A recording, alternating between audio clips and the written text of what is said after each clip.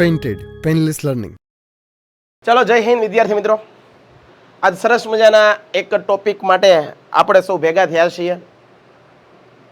ઘણા સમયથી વિદ્યાર્થીઓ સાથે ભણાવીએ એના ઉપરથી એક અનુભવ ઉપર આવ્યા છીએ ભાઈ. ઘણા આજના સમયમાં વિદ્યાર્થીઓ એક જે ભૂલ કરી રહ્યા છે, જેને કહેવાય ને કે વિદ્યાર્થીઓની એક કુટેવ.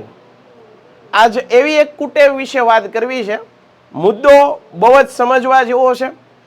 તમારું રિઝલ્ટ ખરેખર એપ્રૂવ થઈ શકે, તમારું રિઝલ્ટ ખરેખર સુધરી શકે જો તમે આ મુદ્દાને નિયમિતપણે તમારા મગજમાં ઉતારશો, તમારા જીવનનો એક ભાગ બનાવશો, તમારા અભ્યાસનો એક ભાગ બનાવશો તો.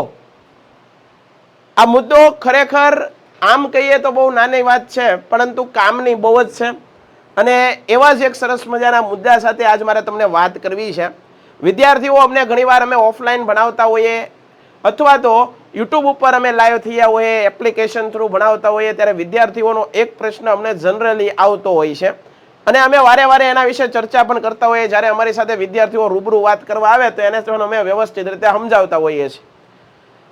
અને એ મુદ્દો એ હોય છે, સાહેબ નોટ્સનું મહત્વ શું, શા માટે નોટ્સ બનાવી? આજે તો સાહેબ બધું જ મળી જાય છે તમને.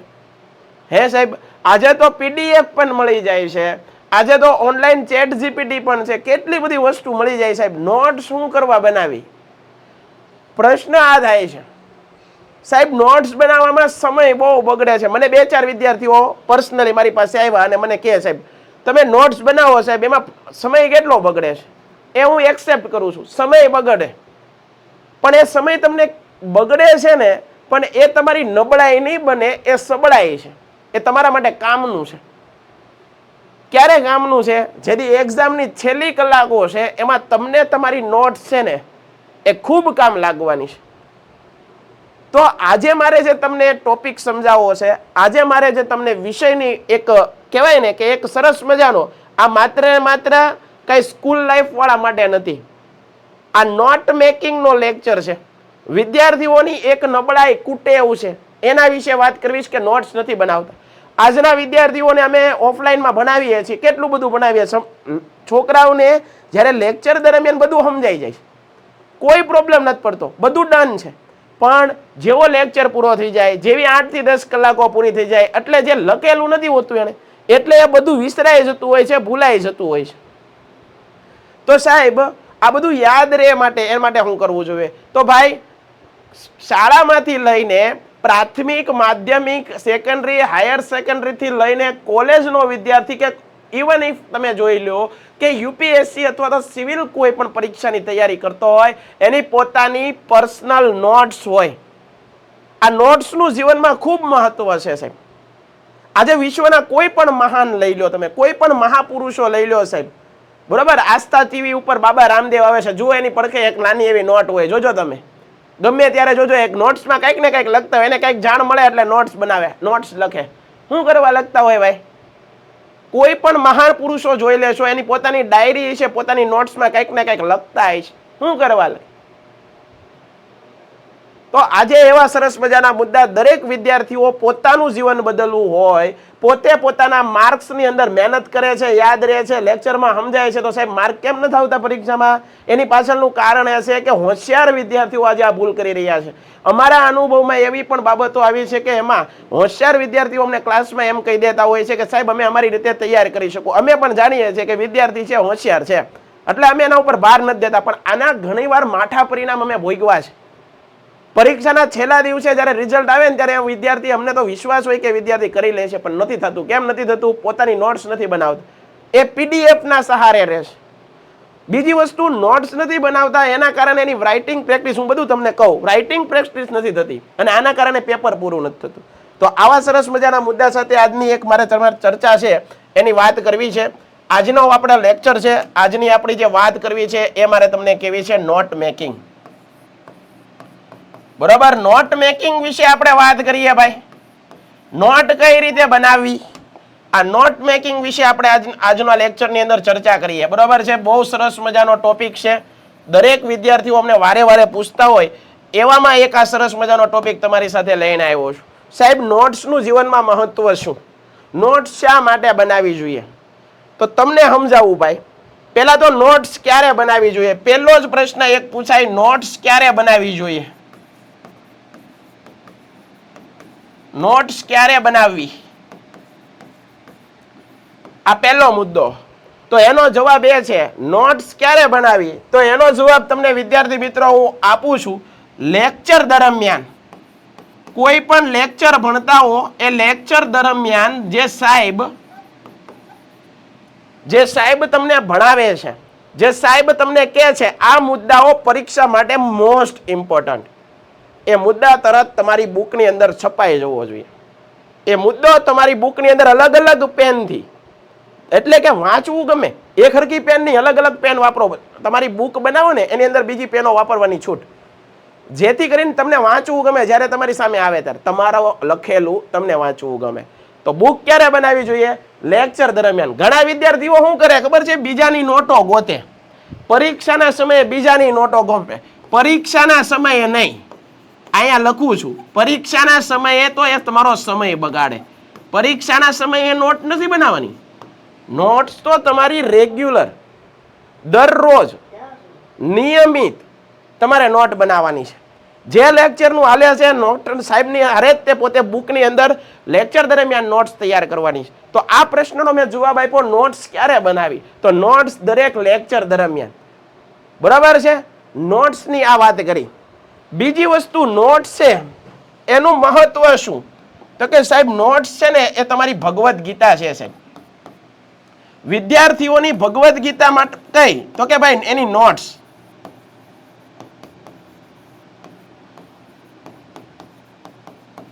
વિદ્યાર્થીઓની ભગવદ્ ગીતા શું? તો કે ભાઈ એની નોટ્સ સાહેબ. આ નોટ્સ તમને સફળ કરશે, સારા એવા રેન્કર બનાવશે, સારા એવા માર્ક્સ અપાવશે. કારણ કે નોટ્સ જ્યારે વાંચશો તમે ત્યારે એ સાહેબનો તમને લેક્ચર લાઈવ આખો મગજમાં છપાય કે આ સમયે મેં સાહેબ આગળ આ ભણ્યું હતું, સાહેબે આ ટોપિક આઈએમપી કીધા હતા, સાહેબે આ કીવર્ડ્સ લખાવ્યા હતા. કીવર્ડ્સ એટલે કે અગત્યના મુદ્દાઓ. સાહેબે કીવર્ડ્સ એટલે કે અગત્યના મુદ્દાઓ લખાવ્યા હતા સાહેબ. આ અગત્યના મુદ્દાઓ તમારી બુકની અંદર હોવા જોઈએ. આ અગત્યના મુદ્દાઓ તમારી બુકની અંદર અલગ પેનથી આખા ડ્રો થઈ ગયેલા હોવા જોઈએ. મેં વાત કરી તમને નોટ્સ કેમ બનાવી. પહેલી વાત કરી કે ભાઈ નોટ્સ ક્યારે બનાવી? દરેક લેક્ચર દરમિયાન. સાહેબ લેક્ચર લે એ લેક્ચર દરમિયાન તમારી આગળ એ વિષયની નોટ્સ હોવી જોઈએ.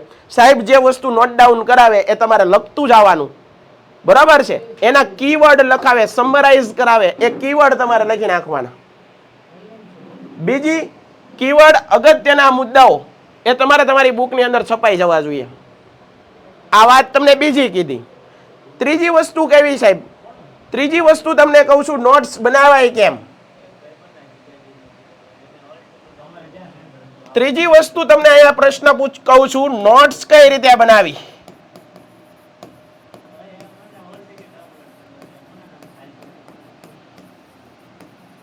નોટ્સ કઈ રીતે બનાવવી એની વાત કરીએ ભાઈ.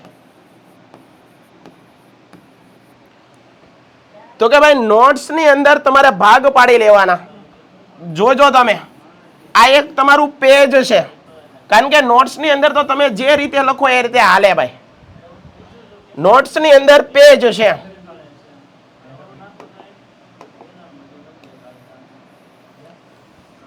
આ દાખલા તરીકે તમારું પેજ છે, ચાલો નોટ્સ નું.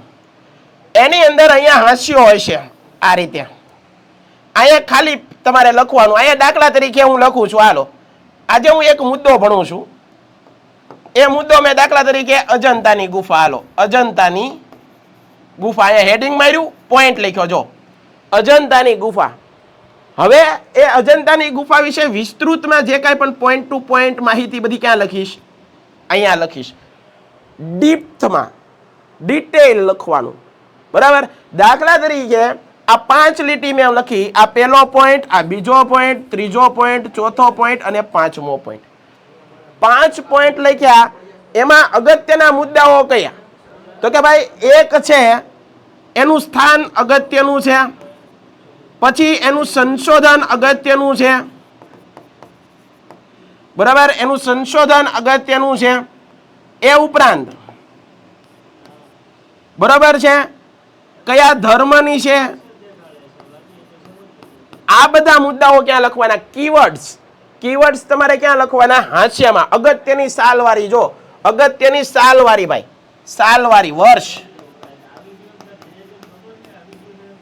આ સાલવારી ક્યાં લખવાની? હાંસિયાની અંદર લખવાની. જેથી કરીને જ્યારે વાંચો ને ત્યારે જે કીવર્ડ્સ જે યાદ નથી રહેતા ને એ મુદ્દા ક્યાં હશે ખબર? અહીંયા સીધી નજર પડશે એટલે તમને તાજું થઈ જશે, ઠેક આ રીતનું કહેવા માંગે છે. ક્લિયર થયું? આ વસ્તુ ક્લિયર. અહીંયા હું લખવાનું? ડિટેલમાં. ડિટેલમાં લખવાનું. અહીંયા હું લખવાનું છે જે અગત્યના મુદ્દાઓ. ઘણા લોકો અગત્યના મુદ્દાઓ આખી નિબંધ લખે. નિબંધ નહીં, નિબંધ જેવું ક્યાં લખવાનું છે? અહીંયા લખવાનું છે. હવે માની લ્યો કે સાહેબ તમે આ તો સમજાવી દીધું, આની કોર ડિટેલમાં લખવાનું. અહીંયા લખવાનું અગત્યની સાલવારી, અગત્યના મુદ્દા, એનું સ્થાન કંઈક વિશેષ હોય, એનું બીજું નામ હોય, બરોબર, બીજું કંઈક નામ બોલાતું હોય. દાખલા તરીકે કોણાર્કનું સૂર્ય મંદિર બનાવતો તો કાળા પેગોડાનું મંદિર, તો કાળા પેગોડા ક્યાં લખવાનું? આની કોર હાંસિયામાં લખવાનું અને એના ઉપર હાઇલાઇટર કરીને લખાવી દેવાનું, એટલે યાદ રહે કોણાર્કના મંદિરને કાળા પેગોડાનું મંદિર કહેવાય. ડન છે. તો આ વાત કરી મેં. અહીંયા ડિટેલમાં લખ્યું, અહીંયા કીવર્ડ્સ લખ્યા, આખું પોઈન્ટ પૂરો થઈ જાય એટલે આ રીતે અહીંયા હું લખવાનું? કન્ક્લુઝન. તારણ શું ભાઈ? તારણ એટલે આ મુદ્દો શું કહેવા માંગે? 2 થી 3 લીટીમાં. 2 થી 3 લીટીમાં.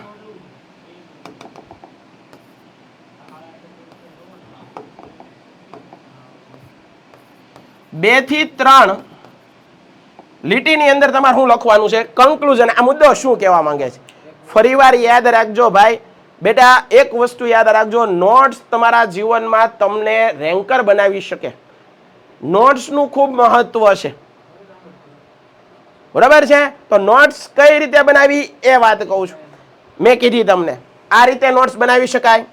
આને કહેવાય છે ભાઈ, જો હાર્વર્ડ યુનિવર્સિટી, વિશ્વની મોટામાં મોટી યુનિવર્સિટી હાર્વર્ડ યુનિવર્સિટીમાં પણ એનો એક અહેવાલ પ્રમાણે આ રીતે નોટ્સ વિદ્યાર્થીઓને તૈયાર કરાવે છે એ લોકો. આ રીતે મેં તમને જે વાત કીધી એનો નમૂનો છે, બરાબર છે? બીજી વસ્તુ છે ચાર્ટ ફોર્મેશનમાં. નોટ્સ બનાવવાની બીજી રીત છે ચાર્ટ્સ ફોર્મેશન.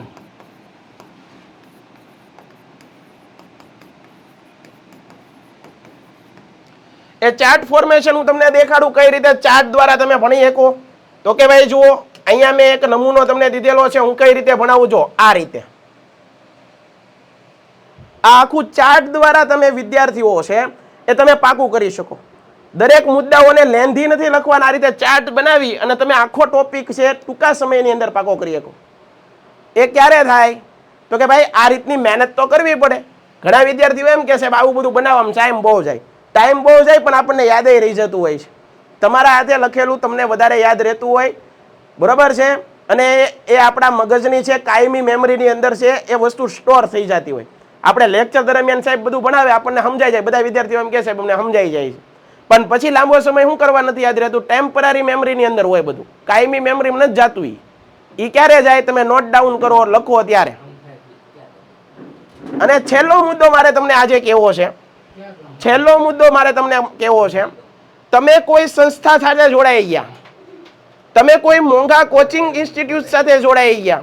આ વાત વિદ્યાર્થી મિત્રો બધા લોકો ધ્યાન રાખી લેજો, બરોબર મુદ્દો યાદ રાખજો. તમે કોઈ સંસ્થા સાથે, કોઈ સ્કૂલ સાથે, કોઈ કોચિંગ ઇન્સ્ટિટ્યૂટ સાથે જોડાઈ ગયા તો એનાથી તમને કઈ એનાથી માર્ગદર્શન મળશે. માર્ક્સ નહીં વધે. માર્ક્સ ક્યારે વધશે? જ્યારે શિક્ષકો બોલે છે એ તમે કરો છો, એને તમે ફોલો કરો છો, બરાબર? જે રીતની તમને ટ્રેન કરવામાં, તેમને માર્ગદર્શન આપવામાં આવે છે એ રીતે તમે એના દરેક વચનોનું પાલન કરો છો ત્યારે તમને રિઝલ્ટ મળશે. બાકી તમારું રિઝલ્ટ કોઈ નહીં સુધારી શકે. તમારું રિઝલ્ટ સુધારવા માટે માત્ર ને માત્ર જવાબદાર તમે જ છો. તો આ વાત પણ યાદ રાખવાની. તો આજે એક સરસ મજાનો મુદ્દો મેં તમને વાત કરી કે ભાઈ નોટ્સ કઈ રીતે બનાવી. વારે વારે વિદ્યાર્થીઓના એક પ્રશ્ન આવતા હતા, સાહેબ નોટ્સ કઈ રીતે બનાવાય, નોટ્સ કઈ રીતે બનાવાય. આ એક સરસ મજાનો મુદ્દો છે, નોટ મેકિંગ. આ વિદ્યાર્થીઓની કુટેવ છે. હું આને કુટેવ ગણું છું. જે લોકો નોટ્સ નથી બનાવતા એક જાતની કુટેવ છે ભાઈ. પીડીએફ ના સહારે રહે. અત્યારે અમે એપ્લિકેશનમાં લેક્ચર લેતા હોય તરત એમ કહે છે પીડીએફ. હજી તો લેક્ચરની શરૂઆત ન થઈ ગઈ હોય ત્યાં પીડીએફ. અને એ પીડીએફ ખાલી ને ખાલી તમારા મોબાઈલમાં પડી રહે છે, કોઈ વાંચતું નથી. 2 પેજ વાંચીને પૂરું કરે છે. બરોબર છે. તમારે આગળ વધવું હોય, તમારે સારા માર્ક્સ લાવવા હોય તો એક જ રસ્તો છે, બીજો કોઈ તમને નહીં આગળ વધારીએ કે તમારે તે મહેનત કરવી પડશે, નોટ્સ બનાવવી પડશે. અને એ નોટ્સ બનાવવા ખાતર નથી બનાવવાની, પાછી એને તમારે રિવાઇઝ કરવી પડે, રિપીટ કરવી પડે, ત્યારે એ વસ્તુ યાદ રહેતી હોય છે. ડન છે. તો આવા એક સરસ મજાના મુદ્દા સાથે આજે આપણે વાત કરી છે. ફરી પાછા કોઈક નવા મુદ્દા સાથે આપણે મળશું. ત્યાં સુધી બધા લોકોને જય હિન્દ, જય ભારત, ધન્યવાદ. ભારત માતા કી જય. Painted Painless Learning.